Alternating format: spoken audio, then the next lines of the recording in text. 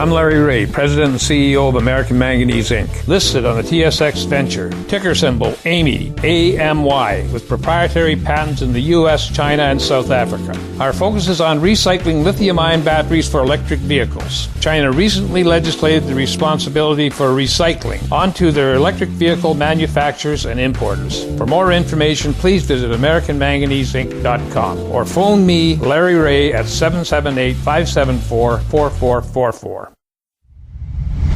You're listening to HowStreet.com radio, available online at TalkDigitalNetwork.com. Welcome to HowStreet.com radio, the online source for market opinions. Here is Jim Goddard. My guest is John Rubino, author of several books on the economy, including The Money Bubble, his website, dollarcollapse.com. Welcome to the show, John. Hey, Jim. Something that maybe people thought would never happen. Saudi Arabia appears that it's going broke, or maybe even is broke. Yeah, a couple of weeks ago, their big construction conglomerate, the Bin Laden Group, announced that they were going to lay off 50,000 workers, which is, on any place, any time, a gigantic number. But Saudi Arabia is not a very big country, so 50,000 people getting laid off is massive in their terms. And then this morning, they announced that they were going to pay some bills with IOUs. This is per capita the richest country in the world, or one of the richest countries in the world. They've been selling oil to the West and banking most of the proceeds for decades. And unfortunately, they let their government spending run so out of control that now that oil's down from 100 to 45 or 48 or whatever it is today, they can't pay their bills. So they're starting to look like Chicago or someplace, where they can never pass a budget, and they're shortchanging everybody in sight, and sometimes they pay with IOUs because they don't have the cash on hand. And this is Saudi Arabia, though. This is such a huge change in the situation for the Middle East in general, and these guys in particular. So, very big deal. Interesting to watch. Well, Saudi Arabia, of course, famous for flying a jumbo jet into London, dropping 6 or 7 gold-plated Rolls Royces out of the belly of it, and then going shopping with your 59 wives at Harrods. And of course, they've probably cut back to 1 gold-plated Rolls Royce and 13 wives, but still, have the people at the top cut their opulent lifestyles. That's the last to go, usually, in dictatorships. But I'll tell you what, though, that's one reason why in the West they weren't so concerned about sending all that money over to Saudi Arabia, because the Saudis just brought it back and spend it, What are they going to do with it in Saudi Arabia? So, of course, they're going to take it to London or Vancouver or New York City and spend it and just give it right back to us. So it was a pretty good deal while it lasted, but it looks like it's ending now for basically the same reason that everybody else is in trouble. Government spending running out of control and creating a crisis that really didn't have to happen, except that the guys in charge got drunk on power and went a little crazy. And of course, here in Canada, the province of Alberta depended 80% on the price of oil, and we've seen their economy collapse. Mm-hmm. Yeah, live by the sword, die by the sword. Alaska is the same way for the U.S. They don't even have an income tax because they make so much money from oil. Well, now they're either going to have to start eating into capital or impose an income tax here. And so that's, it's a problem that most people can't really identify with, so it's not that big of a deal, but still, it shows how things have changed. Lots of people we used to think of as untouchably rich in one way or another are no longer that way. And so that's sort of a trickle-down depression that we're seeing now, whereas some of the high rollers are all of a sudden falling on hard times. And their largesse, which used to just flow really freely to the little people, is now drying up. So it's, wherever you look, Jim, there's stuff like this going on, where things that used to be kind of rock solid certainties are crashing and burning because of stupid financial mismanagement over the past 30 or 40 years. Chickens are coming home to roost everywhere, and black swans are getting ready to land. If the little people in Saudi Arabia lose their free handout, would that make them very easy targets to be recruited by ISIS? Oh, yeah. Saudi Arabia can't survive in its current state of monarchy unless they are very generous with the people who, who aren't part of the royal family. So you take that away, you force them to lay off 50,000 workers from one construction company and cut government spending in other ways and, raise the cost of gasoline or whatever it is they're going to have to do. And then you run the risk of civil unrest that turns into a revolution. And see, in the U.S. we're terrified of ISIS taking over the Saudi oil fields, or Al-Qaeda, or some other homegrown radical group that we don't know about now. We don't want those guys to own that much oil, or to own any oil, really, but to own the biggest oil fields in the world. That's a recipe for a massive intervention on the part of the West, where we just come in and take over Saudi Arabia's oil fields, which then creates this cascade of unintended consequences that we'll live with for the next decade or more. So, it's a mess in the making. Yeah, look at how well Iraq has worked out. Yeah. Or, name it, Libya or Syria or anybody else we've intervened in the last 20 years. They're all in worse shape. Iran, they're worse now than they were when we intervened. So, Middle East is a mess. I think we can agree on that. and it's going to be a source of more and more trouble going forward, almost certainly, although we can't really say what kind of trouble it'll be because so many things can go wrong there. So many things are going wrong there, and we don't know how they'll combine. And what the total picture will be eventually. But, well, the U.S. is terrific at waging war, but they suck at waging peace. Yeah. They'll win the battle, but then afterwards, what happens? Yeah. Well, in Iraq, you've got 1 million civilians dead. In Syria, you have 2 million people dead and 2 million refugees cramming camps all over the world. They didn't expect that to happen, but that's what did happen.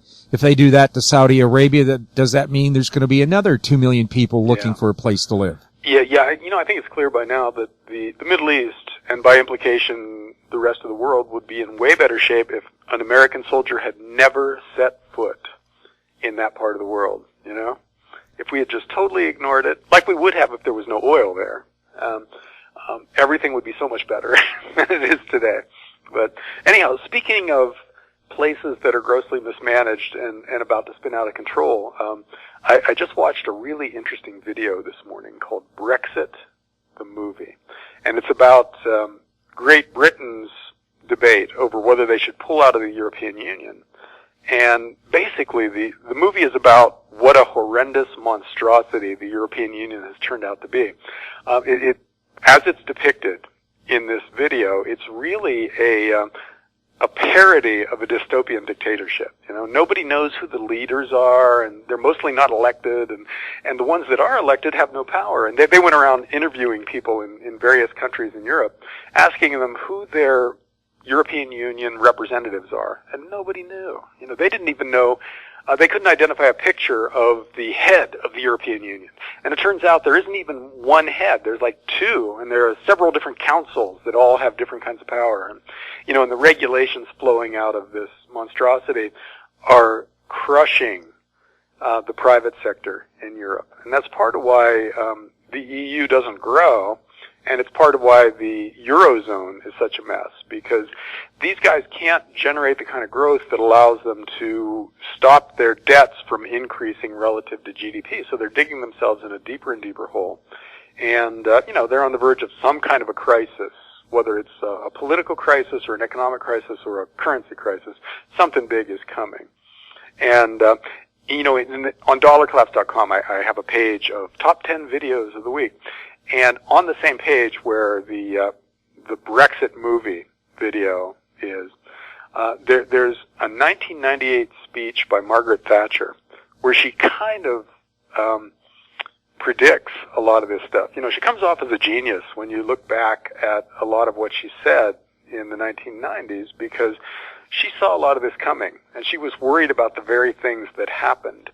And she stopped a lot of it by happening, but by keeping, for instance, Great Britain out of the euro. The squishy politicians in Great Britain who just wanted to be part of this big project actually wanted to join the euro and get rid of the pound sterling. And Thatcher and her successors didn't let that happen.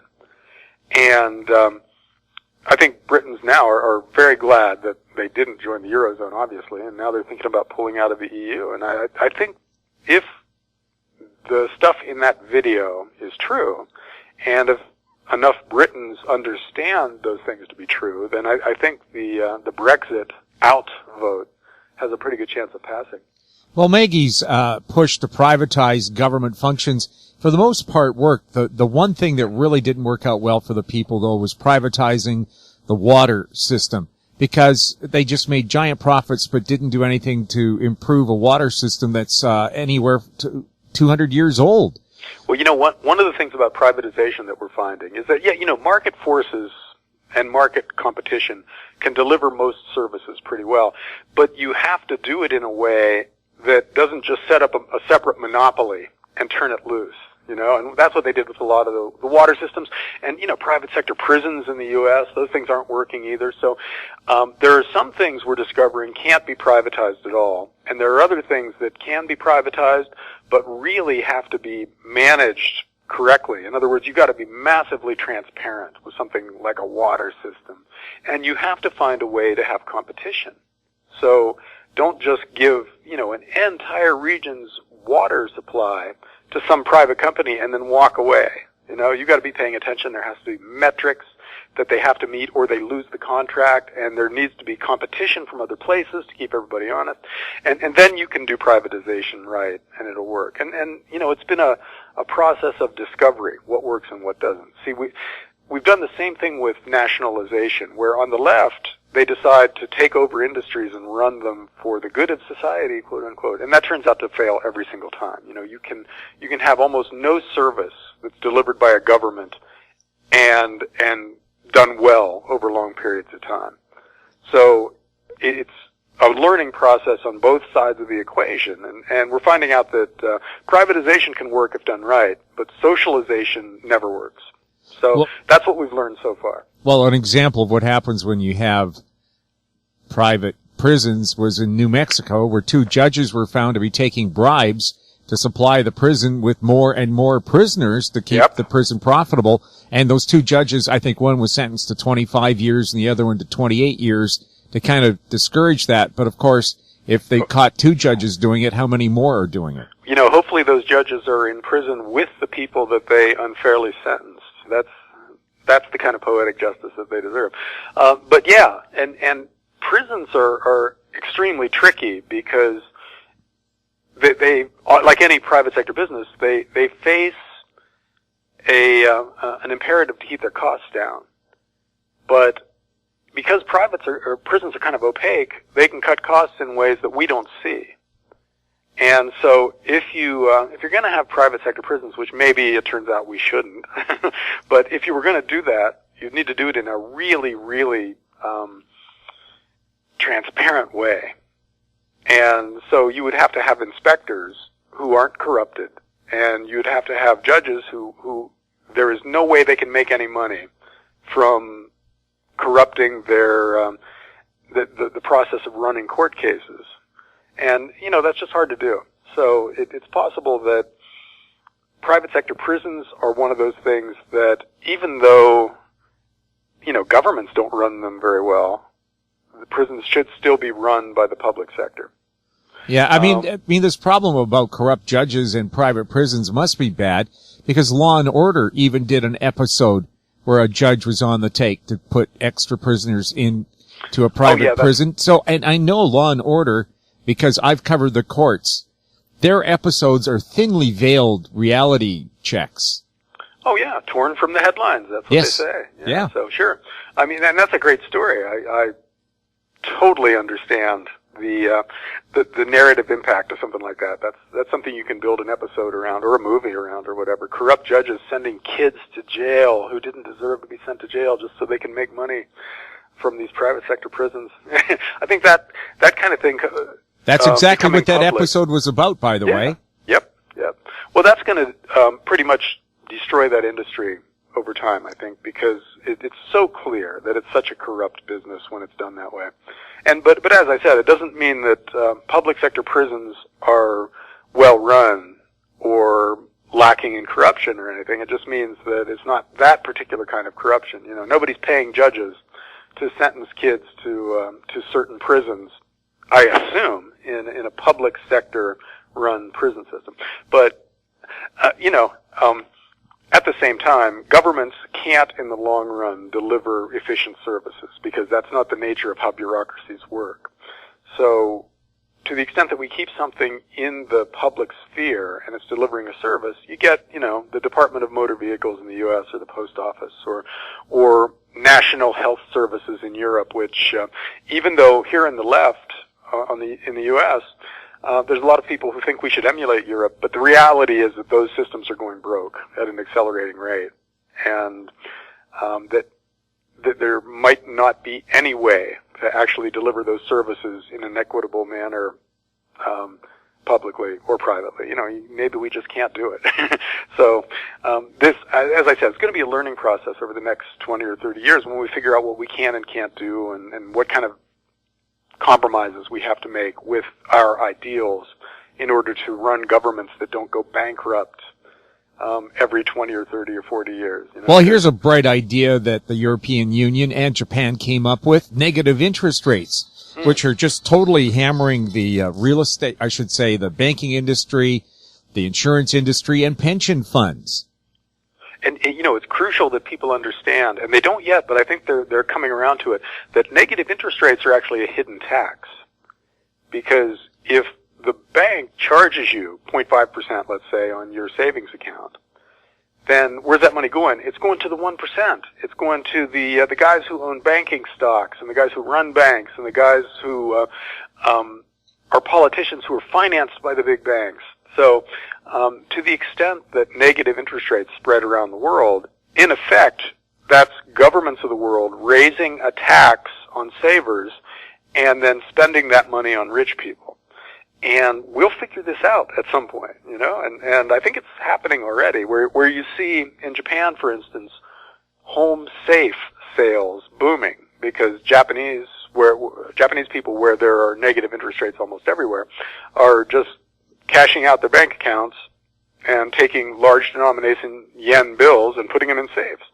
And we're starting to see that everywhere, where the demand for high denomination paper money is going through the roof because bank accounts are suddenly really bad deals. And it should be no surprise, and it's no coincidence, that gold and silver prices are starting to go back up now because they don't pay you any interest, but they don't charge you any interest either. So suddenly, in a negative interest rate world, gold is a relatively high yield instrument. It's better than that negative 1% government bond that you get in Switzerland or Japan or Germany. And so demand for precious metals, which can also be just stored basically for free in a home safe or for only 1% a year in a very safe vault or someplace, demand for precious metals is going up now. And so we're seeing the system figure this out. People are starting to get it, and they're starting to shift their finances in the direction of real things and away from financial instruments. And so you're seeing the establishment economists and politicians figure out that they're being discovered. And so their advice is now shifting. They're starting to say, well, monetary policy has run its course, and now it's time for fiscal policy to carry the ball for a while. So, which means huge government deficits going forward, paid for with borrowed money. And, you're seeing these economists come out and say, well, interest rates are so low, governments should take advantage of super low interest rates, borrow huge amounts of money, and spend it to get the economies moving again. So, well, they're going to try that here with the new Trudeau government, where they told us that going into the election we'll have $10 billion a year deficits for the next 5 years. Now we're told it could be 20 or 30 billion a year, and you can see how that could spin out of control. Well, yes, of course. And it seems like wherever you look, governments are making decisions like this, where, if they want to spend something on military like the U.S. right would do, then they just increase the military budget and borrow the money. If they want to increase social spending like the left tends to do whenever it takes over. They just increase, pension payouts or Social Security or whatever, and they borrow the money for that. So it goes back and forth and on until governments are so broke that there's really nothing left for them to do but devalue their currencies on a vast scale, and that's what's coming.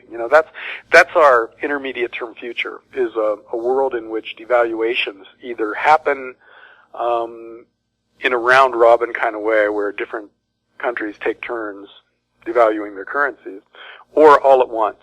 Jim Rickard's idea is that the whole world will devalue against gold at some point, because they'll figure out that's the only way they can all get inflation at the same time.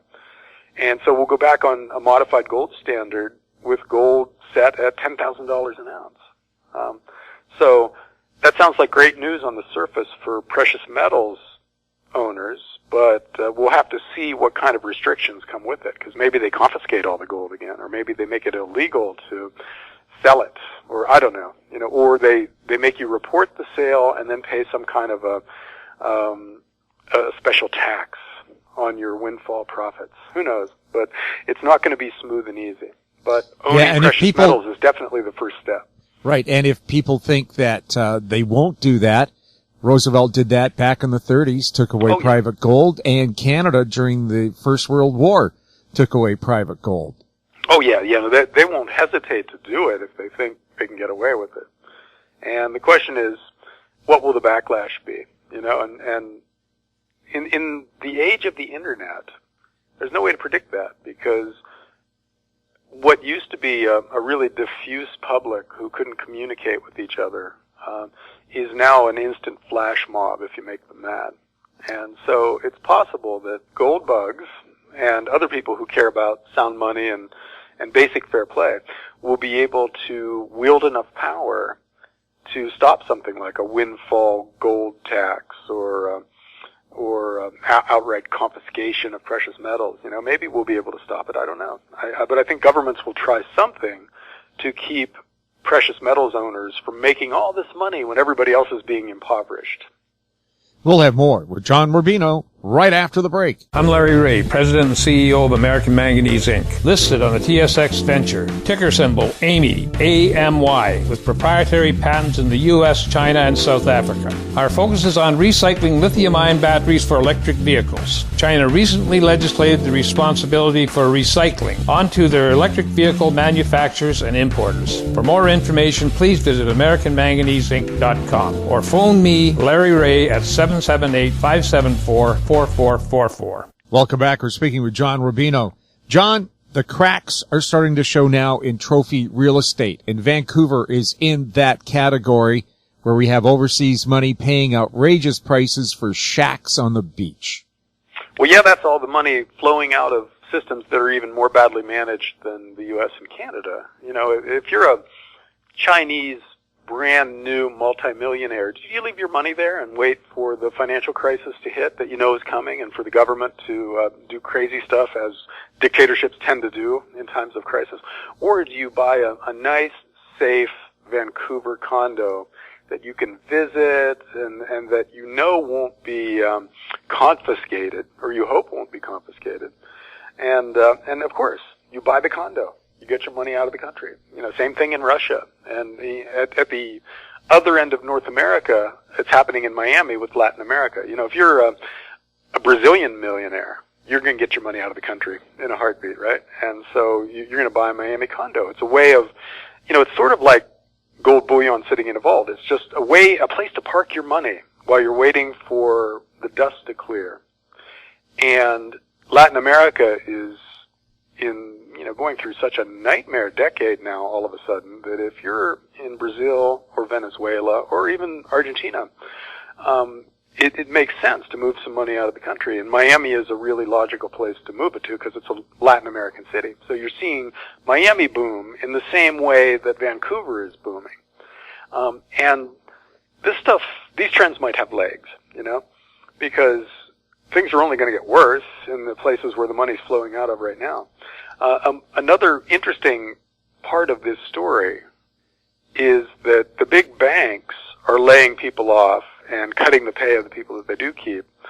And that's going to impact trophy properties in London and New York City where the financial industry is concentrated. So it could be that we see kind of a bifurcation where hot money flowing out of Asia helps Vancouver and hot money flowing out of Latin America helps Miami, but money flowing out of the banking system in London and New York actually hurts the high-end real estate markets there. So we'll see. But I think there's a good chance that crashing trophy property prices in certain formerly hot markets will be one of the stories that you and I talk about going forward. Do these people who are getting their money out care if prices drop by 20-25%? No, not 20 or 25%. See, they're concerned with return of capital, not return on capital. They just want to get most of their money back. And so they don't care whether they have a small profit or a modest loss. You know, if they lost 80%, well, they would feel bad. But what they're looking at is a dollar-denominated asset that is, yeah, it's expensive right now, but when they sell it, they're going to get more dollars for it. And meanwhile, the dollar versus, for instance, the Brazilian real is soaring.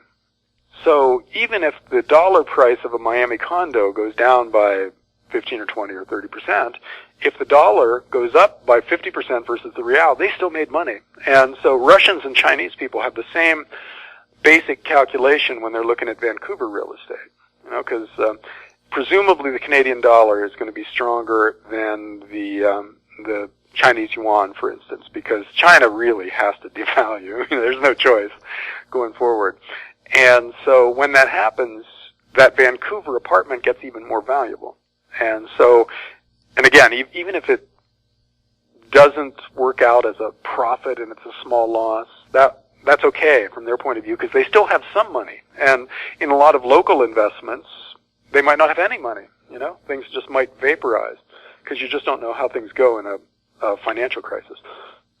So, yeah, and Vancouver too domestically has a huge demand on real estate. It's surrounded by mountains, water, and the U.S. border, so you're crammed into one small area. A survey once found 70% of Canadians would live in Vancouver if they could because our weather is so good.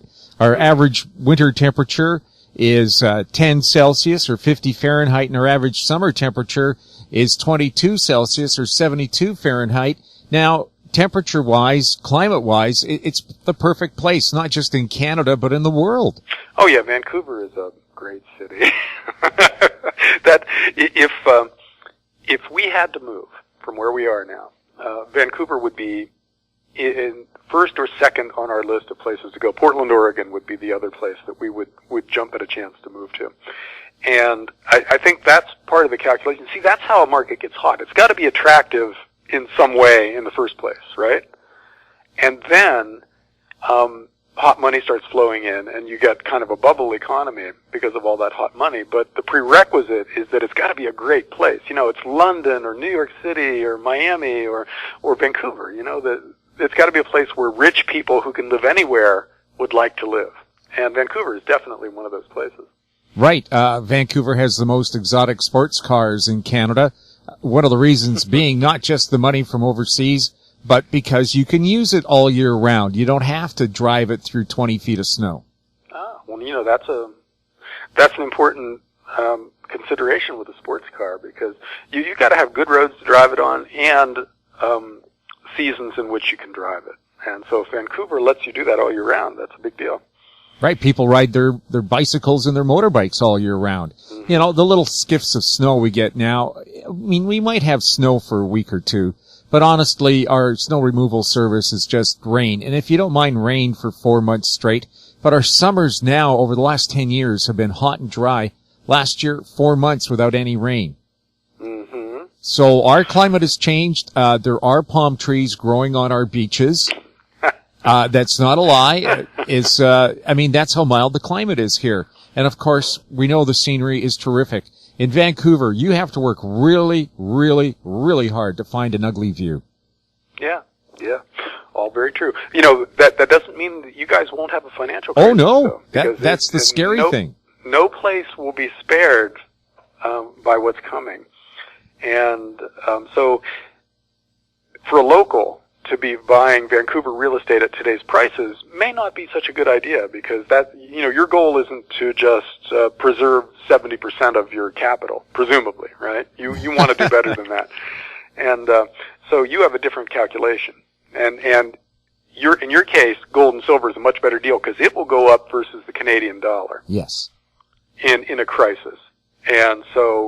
And the local gold mining stocks are going to be this hot sector going forward. Already, a lot of money is flowing into Canadian junior miners, right? And that's going to be a big deal, kind of an unsung bright spot in the future. Well, sure. On days when the rest of the equity market boards are in the red in Canada and the U.S., the one thing that you'll see green is the TSX Venture Exchange, where all those junior miners are listed. Indeed. Hot place. And although people decry the stiff rules to use the Venture Exchange, we're seeing American entrepreneurs moving up here saying, if you think Canadian regulations are tough, try the U.S. ones. Mm-hmm. You know? So that's one area that people can look at. And finally here, John, let's take a look at American retail. Target, the latest one to say they're bleeding red.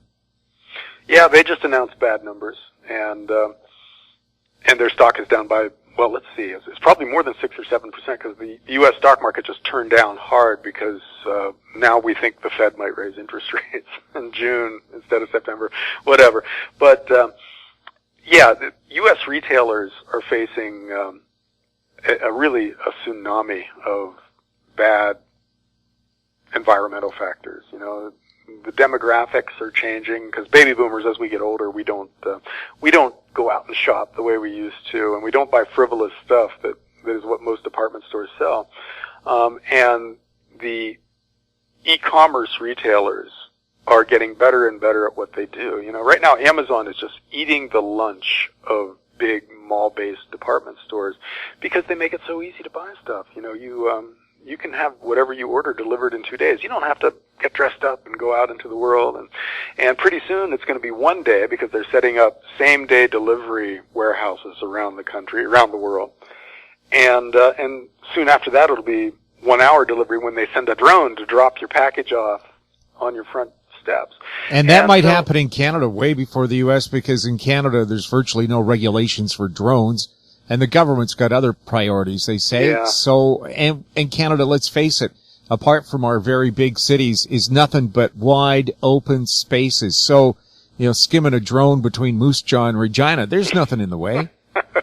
Yeah, you won't be causing too many jetliner wrecks or anything there. No. I think we'll have to regulate the heck out of drones because that's just a much too crowded sky. You know, if Amazon was delivering all their packages with drones.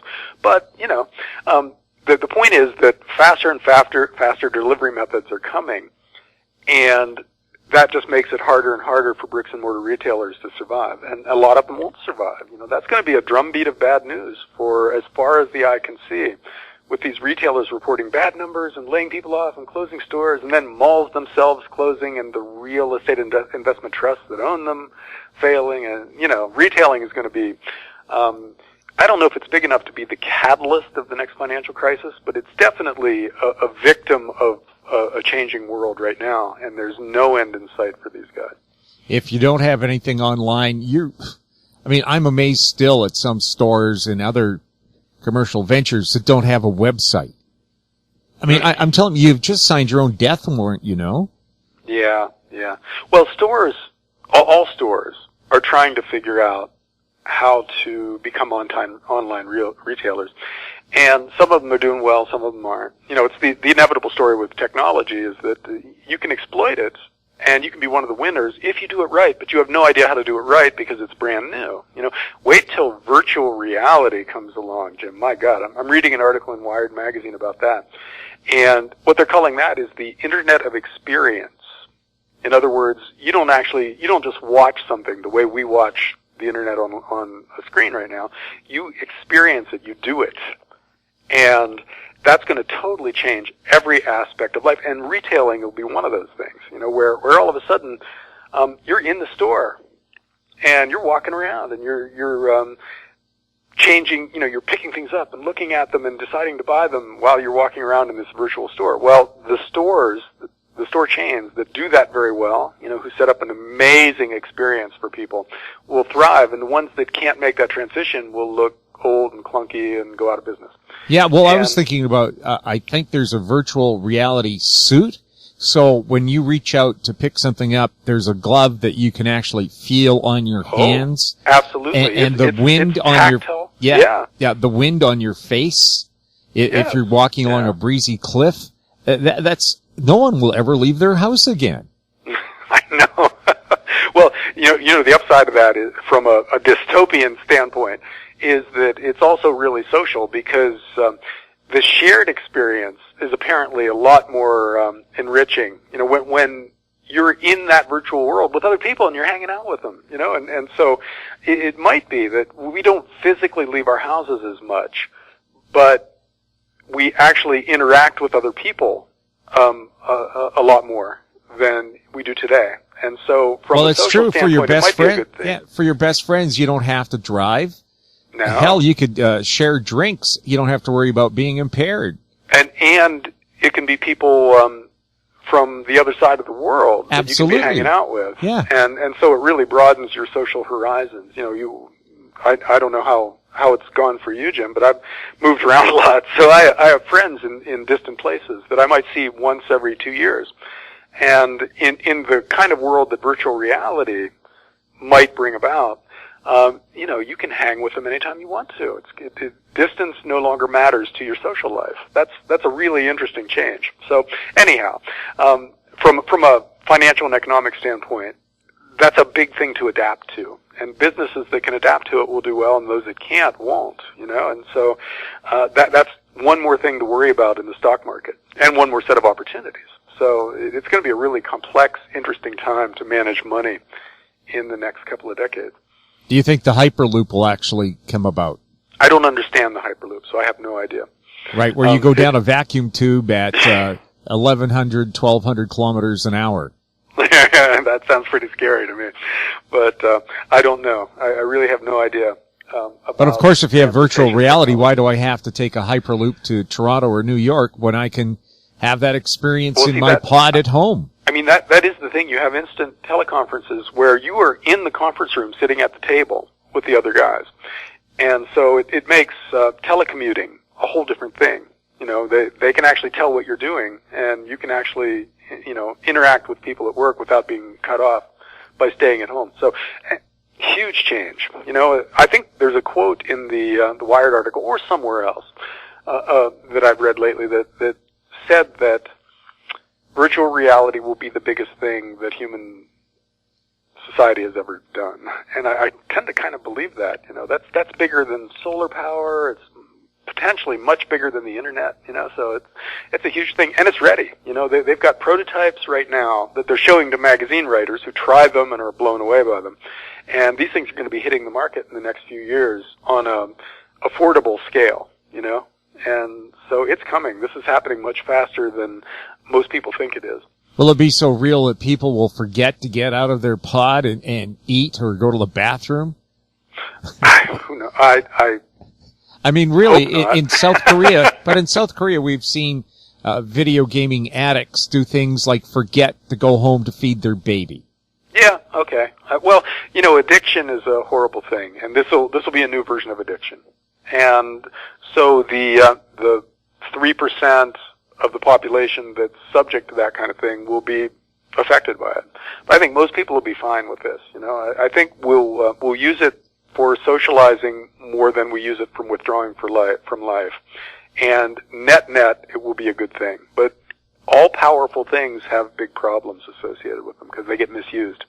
And there are unintended consequences. And there are going to be some amazing unintended consequences that flow from virtual reality, almost certainly. Right. So, just like the U.S. invading Iraq, really, we were just trying to get rid of a nasty dictator. We didn't intend for, 1 million people to die and create ISIS in the process. Yeah. Unintended. John, thank you very much for speaking with us. Sure thing, Jim. Take care. My guest has been John Rubino, author of several books on the economy, including The Money Bubble, his website, dollarcollapse.com. You're listening to HowStreet.com radio. Find us on Twitter at Talk Digital Net. Our YouTube channel is Talk Digital Network. Comments or questions for the show can be sent to info@HowStreet.com. I'm Jim Goddard. Thanks for listening. Comments made on HowStreet.com radio are an expression of opinion only and should not be construed in any matter whatsoever as recommendations to buy or sell any financial instrument at any time. Available online at TalkDigitalNetwork.com. HowStreet.com radio is a production of HowStreet Media Incorporated.